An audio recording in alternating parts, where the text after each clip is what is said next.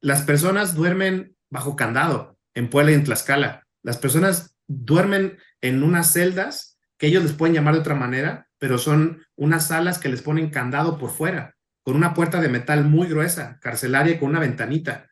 Así duermen en Puebla y en Tlaxcala hasta donde nosotros hicimos las visitas en 2022. Imagina una situación como la de Juárez, una protesta, o incluso pensemos en algo incluso más que no tenga que ver con una voluntad humana, una chispa eléctrica que se prende en algún lugar cercano, alguna situación problemática, ¿no? Están encerradas estas personas, están encerradas y se sienten desprotegidas, son revictimizadas. Síguenos en nuestro canal de YouTube y activa las notificaciones. Puedes hacerlo desde la aplicación o escaneando el siguiente código QR, que te llevará directamente a nuestro canal para suscribirte. Mantente informado sobre los acontecimientos más importantes a nivel local, nacional e internacional. Y accede a nuestras secciones de análisis y opinión, con periodismo de calidad del día a día. Recuerda darle me gusta y compartir a nuestros contenidos. Y no olvides seguirnos en todas nuestras redes sociales.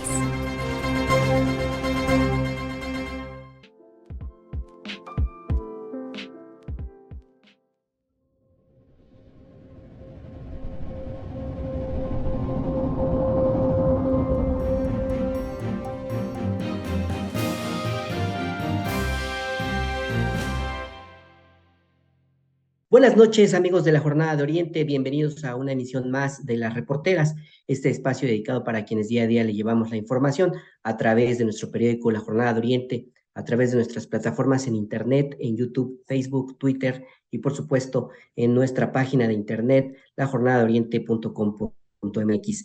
Hoy tengo el agrado de platicar con dos académicos de la Universidad Iberoamericana de Puebla, con Elena Ayala Gali, doctora en sociología, y con el doctor Guillermo Irizar Barbosa.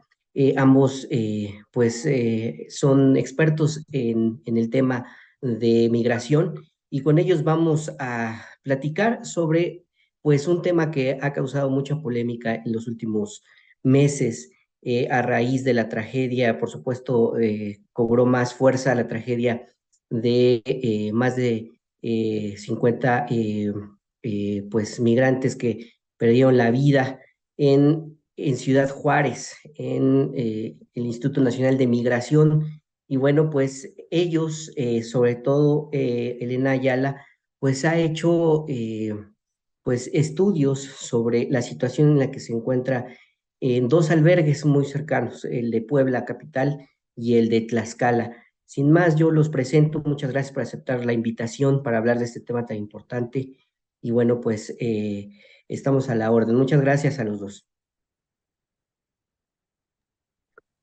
Muchas gracias por la invitación. Bueno, eh, precisar primero, bueno, el doctor Irizar y yo, al igual que un equipo de la Ibero Puebla, otras colegas, Angélica Villagrana, Alejandra García y otros colegas de la universidad, hemos estado haciendo trabajo en estaciones migratorias.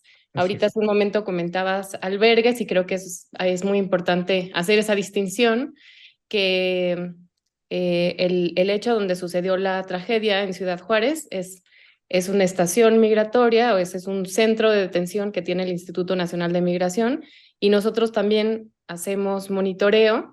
La Ibero Puebla, bueno, tiene ya más de 10 años haciendo monitoreo en estaciones migratorias en Puebla y Tlaxcala. Y bueno, sí es muy importante, digamos, hacer esa distinción porque Claro. esa es como parte también de los, creemos, de los eufemismos que utilizó el presidente justo al día siguiente después de la tragedia de hablar que había sido un albergue, lo cual cambiaría mucho las circunstancias, ¿no? Y el hecho de que sean instalaciones del Instituto Nacional de Migración y que estas personas habían sido detenidas, privadas de su libertad, pues también habla de que hay el Estado mexicano, en este caso el Instituto Nacional de Migración, pues era responsable de la seguridad de estas personas detenidas. Entonces, bueno, es Bien. esa primera precisión y también eh, que, que son 40 los fallecidos, ¿no? Y 27 personas heridas. Bien. Mm. Bien, muchas gracias, doctora. Y precisamente, si quiere, comenzamos con usted. Tuvimos acceso a este estudio que ustedes hicieron bueno, más bien a través del Instituto Ignacio Yacuría, esta investigación, vías en contención, privación de la libertad y violaciones a derechos humanos, eh, eh, un estudio sobre 2020 y 2021 sobre las condiciones de pues estas estaciones migratorias de Puebla y Tlaxcala. Sabemos que encontraron graves violaciones a los derechos humanos en ambos sitios. Si nos pudiera platicar sobre lo que vieron, sobre lo que ustedes documentaron en este estudio, y que entiendo que pues a prácticamente un año de haberse hecho, pues no ha cambiado la situación en estos lugares. ¿Qué nos puede decir, doctora? Bueno, nosotros, este estudio recoge datos de entrevistas que hicimos con personas detenidas dentro de estos espacios, de estas estaciones migratorias o estancias migratorias, como también luego las llama el Instituto Nacional de Migración. Si bien en el informe nosotros presentamos entrevistas realizadas en agosto y septiembre del año 2021, nosotros seguimos haciendo trabajo todo el 2022 y como bien señala, se documentan graves violaciones a los derechos humanos de las personas detenidas. Encontramos, digo, en el trabajo lo pueden dividir, está digamos, en varios capítulos en el que se presentan diversas violaciones desde cómo se da el proceso de detención, desde las instalaciones, ¿no? Todas las carencias que tienen y que representan pues además violaciones a la ley de migración. Y después el último capítulo está dedicado también a familias y a menores, mujeres y menores, algunos de ellos no acompañados. Y bueno, esto también, digamos, es un tema grave porque en estas estaciones migratorias, por ley, no puede haber ni familias ni menores. Y por desgracia, pues encontramos que están no en las celdas, pero sí están dentro de los espacios, ya sea en estacionamientos o bien en oficinas. Entonces, documentamos en el informe, como señalas, violaciones graves a los derechos humanos de estas personas, pero que estas violaciones las hemos observado incluso todavía hasta el diciembre de 2022, que es cuando tuvimos acceso tanto a Tlaxcala como a Puebla. Muy bien. Doctor Irizar, la vez pasada que platicábamos, me comentaba, no son precisamente albergues, sino son lugares de detención. Se priva de la libertad a los migrantes, a las personas que están de paso por Puebla y Tlaxcala, y además, pues esto se hace pues durante un tiempo considerable. ¿Qué nos puede decir al respecto de lo que usted conoce de la situación de estos dos albergues? Sí, muchas gracias, Efraín, por la invitación. Gracias a tu equipo, a la Jornada del Oriente por este interés. Y bueno, voy a ampliar un poco lo que ya ha comentado la doctora Ayala y también responder a esta pregunta sobre los tiempos de estancia. Quizá empiezo por decir que este proyecto y este informe, el informe al que te refieres, que lo tenemos disponible en versión electrónica y física para la audiencia, con mucho gusto lo podemos compartir. Fue resultado de apoyo de investigación tanto de la Ibero Puebla, pero en particular de la Universidad de Texas en El Paso, a partir de una iniciativa que se denomina Context. Gracias a que el Instituto de Derechos Humanos Ignacio Yacuría tenía acceso a las estaciones migratorias desde hace más o menos 10 años y que hicimos esta colaboración ahora desde el Departamento de Ciencias Sociales, fue posible recuperar testimonios que, entre otras variables, nos hablan de los tiempos de estancia. Por ejemplo, decir que en 2021, en total, recuperamos 108 casos. El informe solamente da cuenta de alrededor de 45 casos, pero el informe, digamos, fue un corte que, como decía Elena, nosotros seguimos haciendo las visitas Y, por ejemplo, en 2021, de estos 108 casos, 55 en Puebla, podemos hablar de un tiempo promedio de detención de 24 días, que es altísimo. Y en el caso de Tlaxcala sí era menor, llegaba a casi 7 días, a casi una semana. O sea, los tiempos de detención en la estación migratoria de Puebla eran considerablemente más altos que los de Tlaxcala. Vimos un cambio hasta cierto punto cuando empezamos un diálogo desde la universidad con las autoridades migratorias federales en Puebla y en Tlaxcala, mucho más receptivo en Tlaxcala. En Puebla nos ha costado más y nos costó más. Y, por ejemplo, también en 2021 les podemos compartir que el tiempo que más nos reportó una persona estar detenida fueron casi 140 días, 139 días, lo cual es muchísimo. Y en Tlaxcala, que también, digamos, no es para hacerlo menos, hubo una persona que nos reportó 28 días. Casi siempre estos casos tenían que ver con personas que solicitaban asilo en México, que estaban buscando conseguir el refugio, y lamentablemente la autoridad migratoria desincentivaba o minimizaba un poco el acceso y la orientación que por ley deberían de darles a estas personas. A veces, vamos a decir, alguien que venía de Colombia o de Ecuador, un problema con el tema del pasaporte, o incluso de los grandes países típicos de tránsito irregular, Guatemala, Honduras y El Salvador, también algún tema de pasaporte o demás, pero nos preocupa, ¿no? Estos tiempos de estancia. Durante 2022 recuperamos en total 171 personas, 171 entrevistas. Los tiempos de estancia, a ver, ojo, esto 2022 nada más de enero a agosto. Tenemos datos, como dice Elena, hasta diciembre, pero todavía los estamos procesando y no podría hablar en concreto de los tiempos de estancia. Pero lo que sí le puedo decir es que los mayores tiempos de estancia que detectamos en 2022 fueron, ahí curiosamente se revirtió un poco. En Tlaxcala otra vez hubo un cambio y hubo un caso de 103 días y en Puebla hubo un caso de 71 días. Entonces, esos son casos extremos, pero no hay que hacerlos menos, Efraín. Me parece que el caso de una persona que lleve tanto tiempo puede motivar a algo como lo que sucedió en Ciudad Juárez, ¿no? A una protesta, a una manifestación.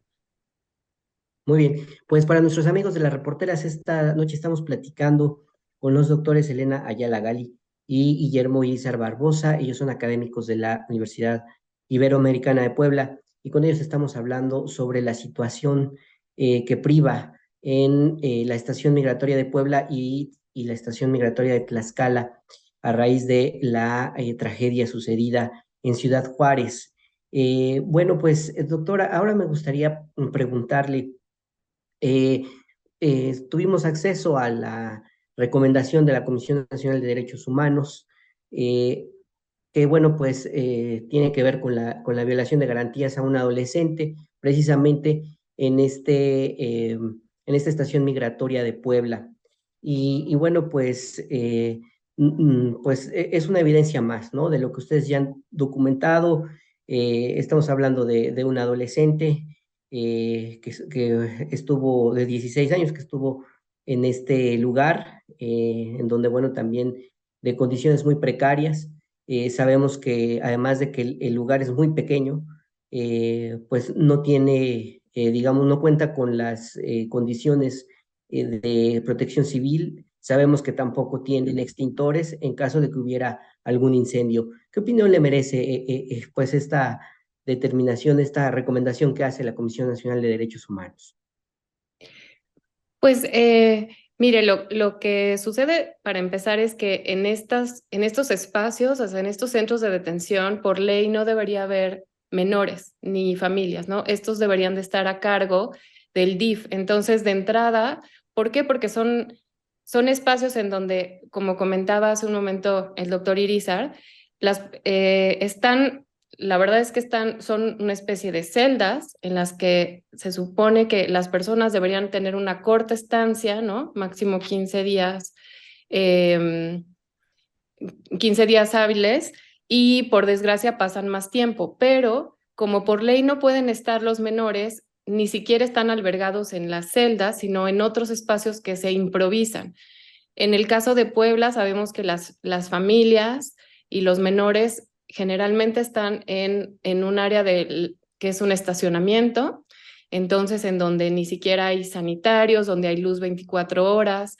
De hecho, nosotros aceleramos también la presentación del informe a raíz del caso de una menor también que estaba sola y llevaba 2 meses y 6 días, una pequeña centroamericana de 12 años. Entonces, estos sin duda no son espacios para que haya menores y familias, no están acondicionados, no tienen no tienen, como le digo, ni siquiera sanitarios, ni siquiera las condiciones, tienen unas colchonetas sucias que a veces tienen que compartir, hay hacinamiento, o sea, realmente, digamos que ahí no solamente estamos violando las propias leyes mexicanas, digamos, sino también cualquier convención de protección de la niñez y de los derechos de la infancia, de los adolescentes. Entonces, por desgracia, son espacios en donde pueden ocurrir violaciones como aún más graves, ¿no? Y que además son pocas las personas que tienen acceso a estos centros de detención. Entonces, por eso es muy triste y muy lamentable la tragedia de Ciudad Juárez, pero digamos que esto está visibilizando, porque esto es algo que puede ocurrir, porque y que además, digamos que esperemos que esta tragedia sirva también para que se corrijan, ¿no?, todas las violaciones graves que suceden en estos espacios. Pero de entrada, pues no debe de haber menores en estos espacios, ¿no? Ahí es un tema de que tiene que haber colaboración también con el DIF para que estos menores y las familias pues no pasen ni una noche, ¿no?, en estos centros. Muy bien. Doctor Guillermo Irizar, entiendo, como decía la doctora Elena Ayala, que desde diciembre del año pasado no les permiten ya el ingreso a ambas estaciones migratorias. ¿Qué fue lo que pasó? Y bueno, entiendo que ya hubo una negativa por parte del instituto, o no ha habido respuesta para que ustedes vuelvan a ingresar a estos centros de detención del Instituto Nacional de Migración. ¿Qué nos puede decir? Sí, bueno, en realidad no tenemos respuesta. Entonces asumimos que la no respuesta por ahora es una negativa, porque el no tener la respuesta no nos permite acceder. No podemos entrar si no tenemos ese oficio. Y brevemente lo resumo. Lo que sucede es que al inicio del año calendario, tenemos que llevar nuestro oficio a la estación migratoria en ciertos días y ciertos horarios. Entonces nosotros, como universidad, enviamos ese oficio más o menos el 15, 16 de diciembre a la Ciudad de México. Tenemos nuestro acuse de recibo, como se había hecho durante más de 10 años. Lamentablemente no tenemos respuesta al día de hoy. Incluso hubo un acercamiento con el Consejo Ciudadano del Instituto Nacional de Migración para pedir orientación acerca de qué pasa, y pues lo que se nos ocurre es que puede estar perdido un escritorio, y no sabemos si está perdido un escritorio a partir de que a alguien o a algunas personas no les gustó lo que se reportó en el informe. Y gracias por hacer esa pregunta, porque como también lo dijo la doctora Ayala Galí, creemos que es nosotros y nosotras como mínimo pedimos que se cumpla lo que dice la ley. Y lo que dice la ley es que la sociedad civil y la academia tenemos acceso a los monitoreos, a supervisar y observar lo que está pasando. Vivimos en un país en el que los derechos humanos tienen una armonización constitucional desde 2011, tenemos una ley de migración también desde el mismo año, y nosotros pedimos eso, que la detención sea una medida extraordinaria. No tiene que ser la constante. La detención, migrar en México no es un delito ni es un crimen, es una falta administrativa. No hay cabida, Efraín, para que una persona pase 2 días, 3 días incomunicada, víctima de extorsión, de maltratos, de abusos, como dijiste, de los riesgos civiles que pueden existir, como pasó con la muerte de estas 40 personas y casi 30 personas heridas en Ciudad Juárez.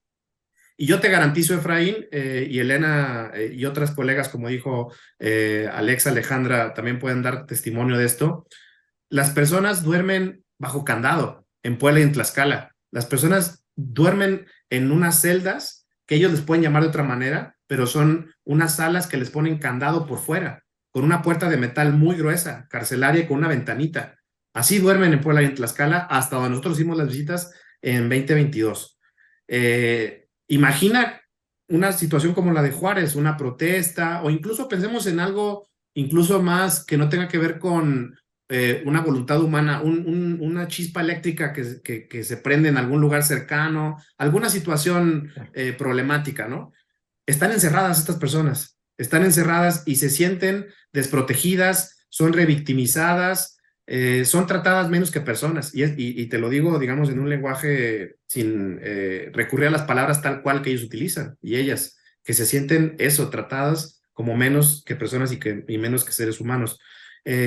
Entonces, te agradezco mucho este espacio, a la jornada, la oportunidad de manifestar nuestro interés en seguir monitoreando, seguir dialogando con las autoridades para buscar alternativas que se ajusten a lo que dice la ley, que es lo que pedimos, ¿no? Y también aprovecho, y con esto cierro, perdón si me extiendo, en que es un tema intergubernamental.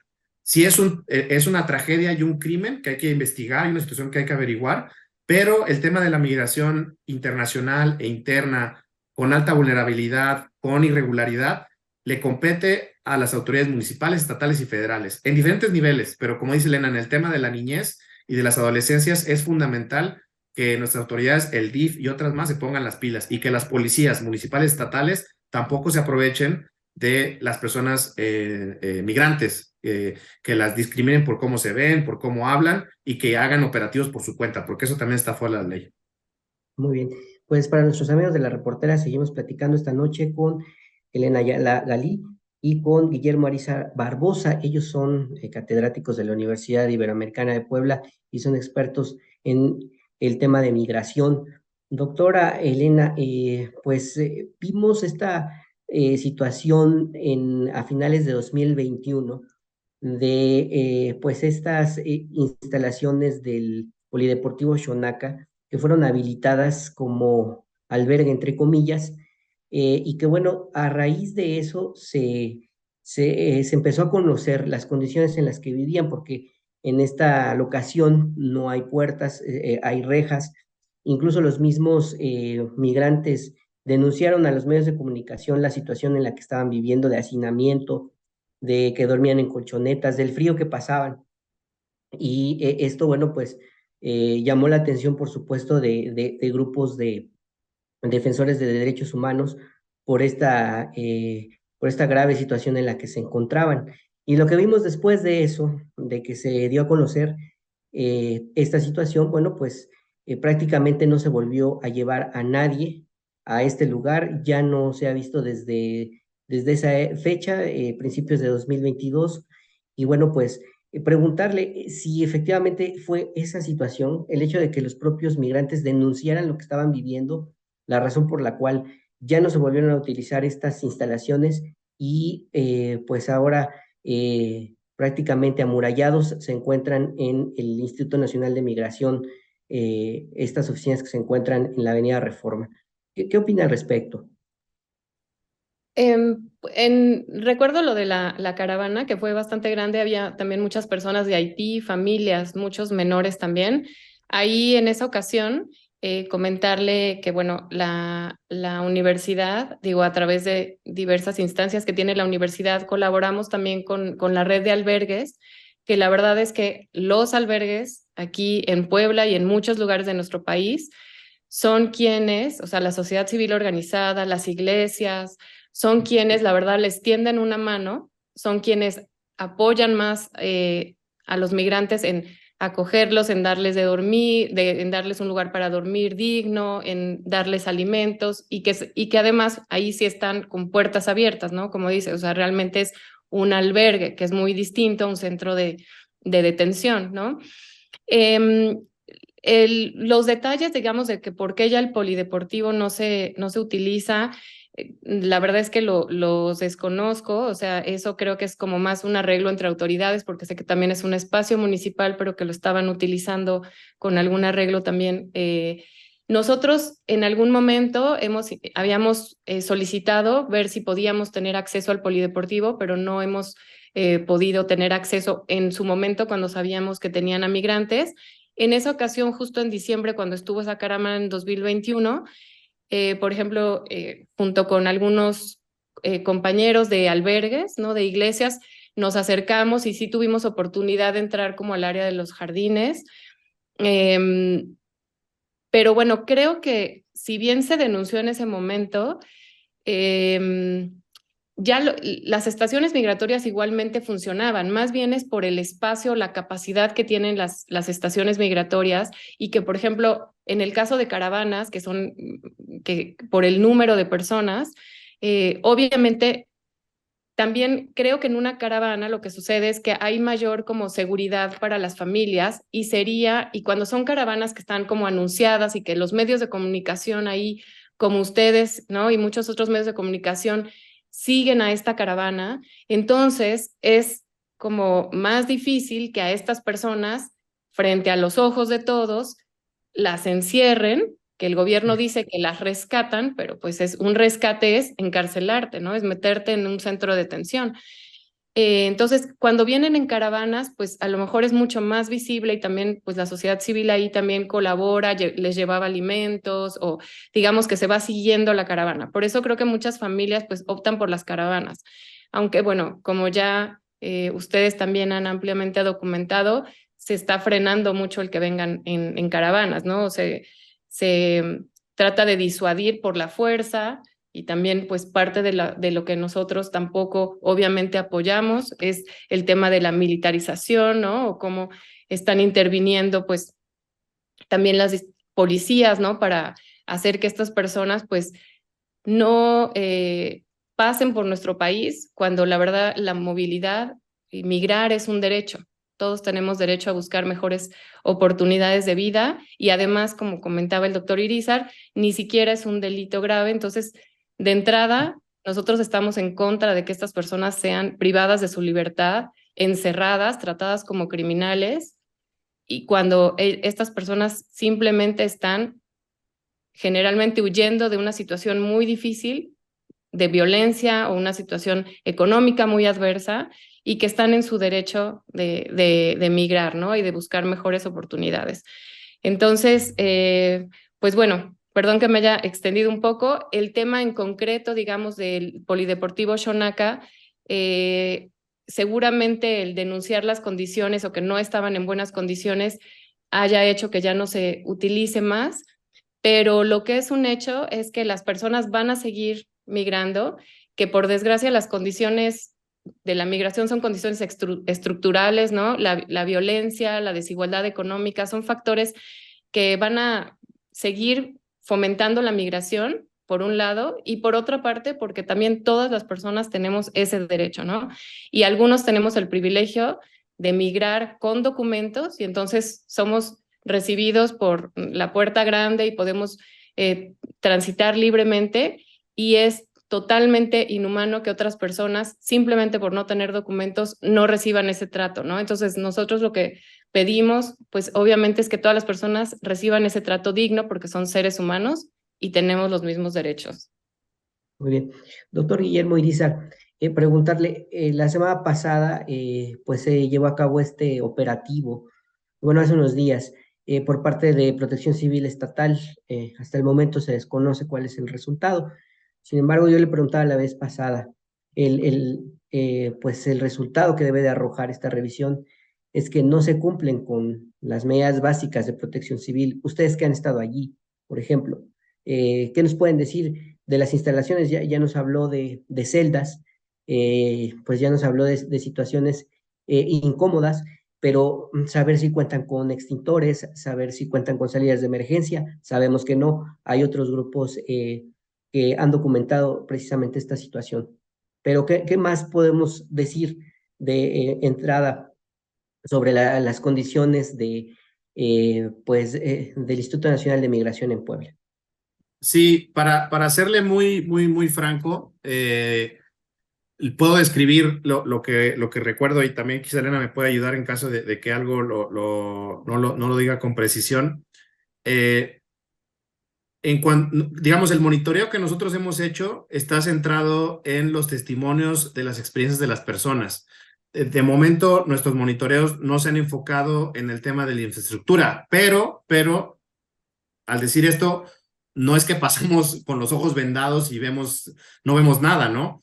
Yo en este momento no podría recordar exactamente si hay o no hay o cuántos extinguidores hay, no lo tengo tan claro, pero lo que sí tengo claro es esto de las puertas, los candados y las personas que controlan las llaves, que incluso cuando nosotros la semana pasada, Elena y el equipo de Ibero Puebla, por invitación de la Universidad de Texas en El Paso, hicimos una visita al lugar de los hechos, del incendio, y veíamos muchas similitudes en cuanto a, son lugares que si lo piensas, Efraín, afortunadamente todavía no hemos caído en el modelo, por ejemplo, estadounidense de llevarlos a las afueras de la ciudad, a un lugar que estén todavía más remotos, distantes, o sea, están en el centro de la ciudad. O sea, en el caso de Ciudad Juárez, se podía ver la frontera y estaba el ayuntamiento municipal cruzando la calle. Así es lo que vimos. Aquí, como dices, está en la calle Reforma, está en un área, digamos, céntrica,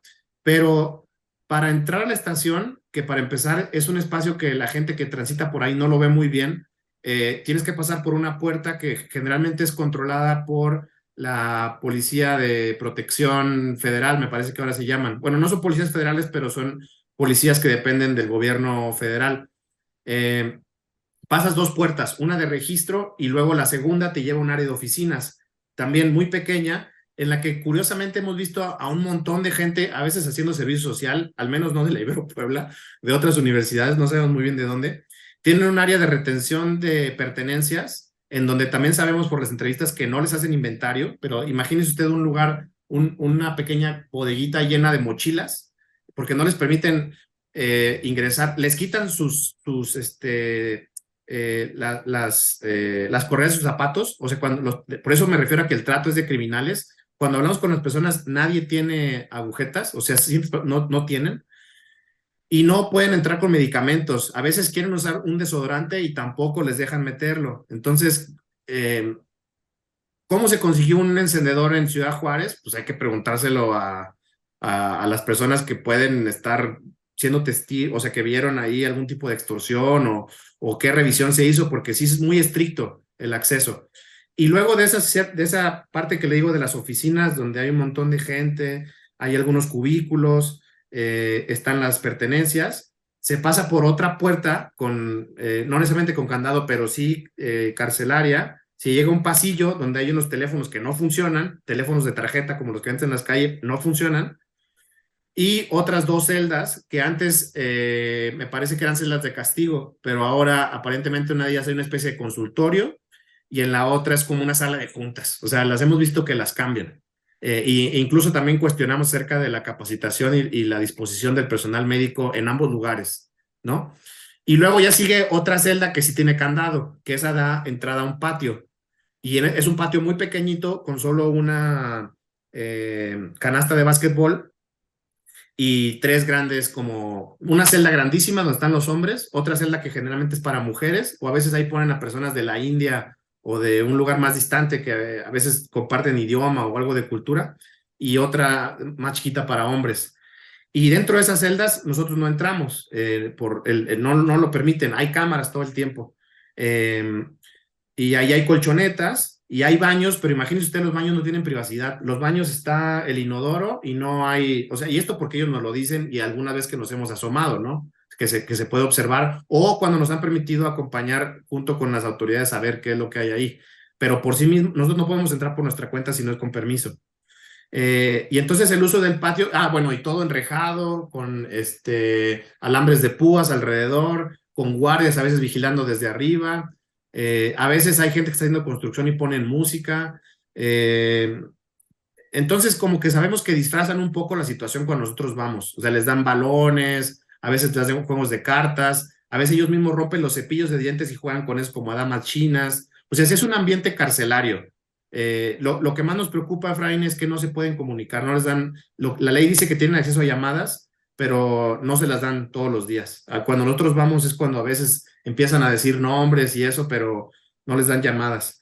Entonces, y nada más con esto cierro, habría que preguntarle a Protección Civil cuál es el resultado de las visitas de Puebla. No sé si hay una en Tlaxcala, que nos digan, que nos den a conocer los protocolos, pero enfatizo, Efraín, lo más importante es que se cumpla la ley, que se cumpla la ley en términos de que las personas tengan una orientación jurídica mínima, que tengan acceso a abogados o abogadas de su preferencia, que tengan acceso a llamadas telefónicas, que les den comida digna, que no les den comida echada a perder, fría, o un poquito culturalmente sensible, no que les den chilaquiles picantes, fríos, con huevo echado a perder, o sea, porque pasa, o sea, nos lo han dicho que pasa, que no les den agua. En Ciudad Juárez lo que pasó es que no tenían agua, o sea, que había un problema de que no podían beber agua. Y ya con esto cierro, simplemente decir que el Polideportivo Chonaca fue una estación migratoria y cárcel invisible en el sentido en que parecía que las personas entraban y salían, pero a final de cuentas, al retener tu pasaporte, tú no te puedes mover, o al no tener información de dónde seguir, tampoco puedes avanzar. Pero esa fue una primera mirada de los medios y de la sociedad de ver qué pasaba ahí. Y fue interesante ver que había muestras de solidaridad, no necesariamente de la autoridad, sino de gente que pasaba y que decía, ¿qué están haciendo aquí estas personas? Y les daba un pan o fruta que traían. Eso es interesante como un debate a nivel nacional. Y ya, perdón, lo que también sabemos es que en abril del año pasado estaba el dormitorio municipal, habilitado como espacio para familias y para niñez. Desde la Ibero Puebla con estudiantes hicimos una visita más bien humanitaria, no de monitoreo. Llevamos ropa, llevamos cobijas, llevamos juegos, pero eso, o sea, pedimos que Protección Civil sea transparente con su monitoreo y pedimos que el gobierno, que el Estado nos dé permiso de seguir monitoreando para evitar crímenes y tragedias como la que ocurrió en Ciudad Juárez.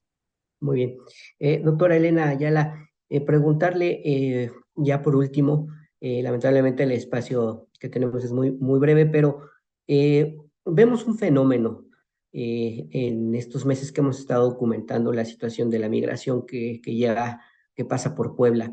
Vemos que algunos de estos migrantes se están quedando, quizá no en su mayoría, porque entendemos que Puebla es un estado de paso. Sin embargo, hay muchos que se están quedando, que están trabajando en la informalidad, que son vendedores ambulantes, que trabajan como albañiles, que trabajan como diableros en la central de abastos. Y bueno, pues este es un fenómeno nuevo, digamos.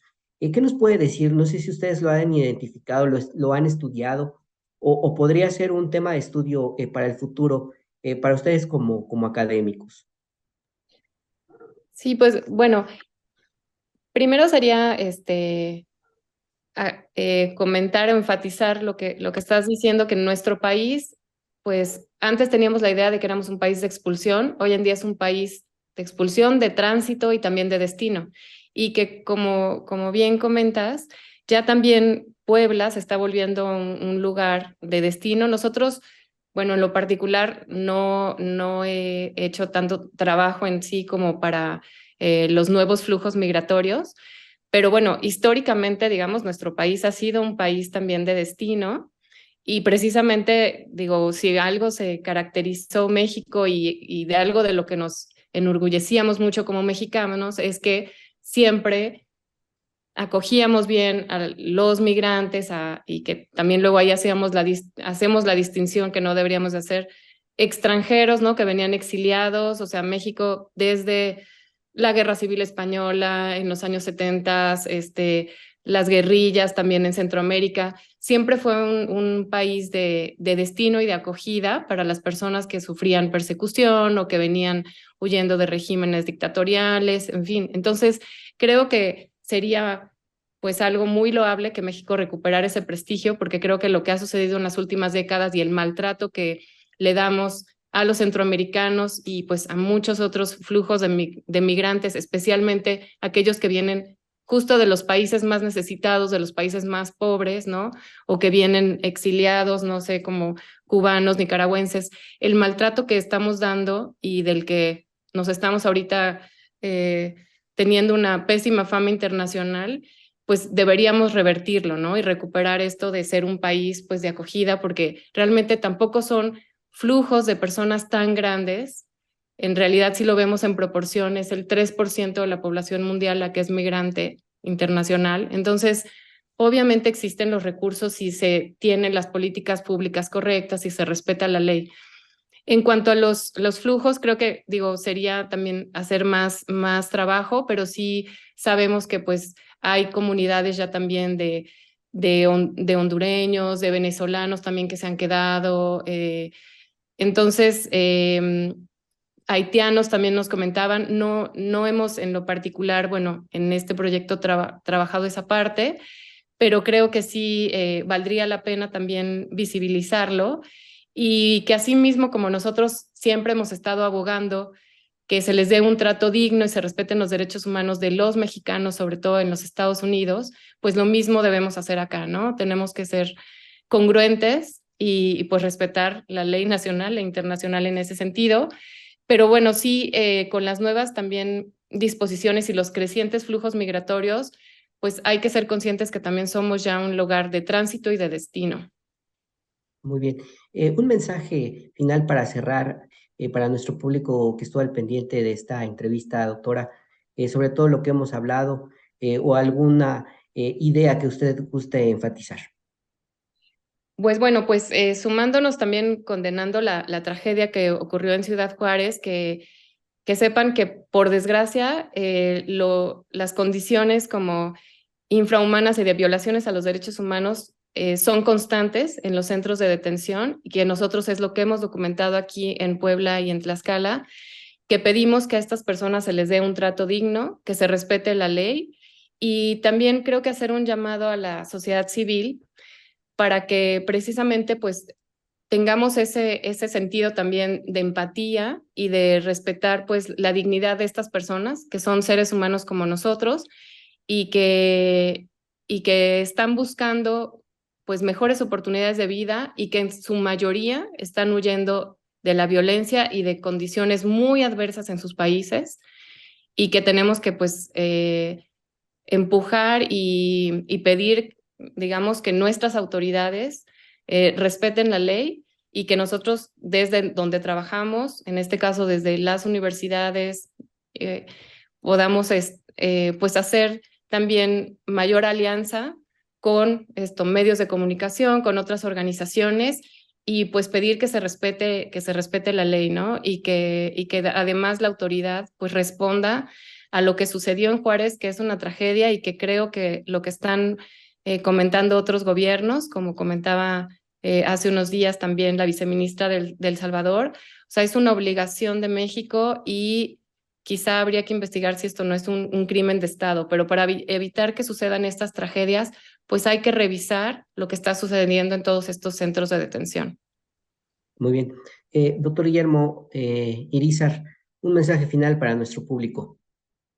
Sí, claro que sí, muchas gracias. Y voy a ser muy breve porque sé que tenemos el tiempo reducido. Creo que México tiene que ser congruente como sociedad y como gobierno en cuanto a lo que representa la migración para el país, la salida histórica de ser un país histórico de emigración y lo que implica ahora el tránsito irregular y la llegada de personas, como dijiste, de personas que están buscando salvar la vida, que están buscando conservar su dignidad, que están persiguiendo un sueño, una oportunidad. Entonces tenemos que ser un país que busque esa congruencia y manifestar nuestra solidaridad al respecto, es decir, alejarnos de la discriminación, de la xenofobia, de los racismos, que sabemos que existen dentro del país hacia los propios mexicanos. Entonces también alejarnos, tomar distancia de eso en cuanto a las personas que vienen huyendo de situaciones insostenibles. Y como universidad jesuita, creo, este trabajo también se inspira mucho en el llamado a acoger, proteger, promover e integrar a personas que tienen que salir de sus lugares de origen. Eso, digamos, eso está en el fondo de nuestro trabajo y de nuestro quehacer. Entonces, agradecer la oportunidad, Efraín, de compartir con tu audiencia, contigo, nuestro trabajo y eso, que es importante que no construyamos muros, que sigamos pensando en la construcción de puentes, en alternativas. Es momento de que como sociedad informada, como personas mexicanas, cuestionemos el trato que se da de las autoridades a personas en vulnerabilidad, en este caso a personas migrantes, y que recurramos a alternativas que pongan en el centro la dignidad humana. Eso es, y que, con un respeto a la ley, e incluso pensando en transformar la ley para que la detención sea una medida extraordinaria, en este punto en específico de lo que estamos hablando. Y más bien pensar, ¿cómo hacemos para que estas personas tengan una oportunidad? La oportunidad que nos dieran a ti y a mí, a nuestros hermanos, a nuestros padres, a nuestras madres, a nuestros hijos. Eso es lo que hay que pensar. ¿Cómo hacemos para crear esas oportunidades? Muy bien, al contrario, doctor, este espacio es para ustedes, estamos abiertos. Ojalá podamos seguir platicando con ustedes sobre este tema tan importante. Y a nuestro público de las reporteras que estuvo al pendiente de esta emisión, muchas gracias. Buenas noches, hasta la próxima.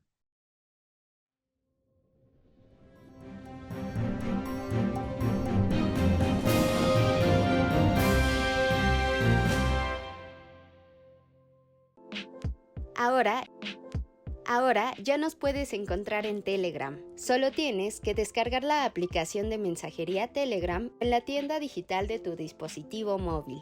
Busca la Jornada de Oriente y selecciona Unirse al canal. O también puedes escanear con la cámara de tu celular el siguiente código QR, que te llevará directamente a nuestro canal para suscribirte. Mantente informado a lo largo del día con las noticias más relevantes de Puebla y no olvides también seguirnos en todas nuestras redes para más contenido.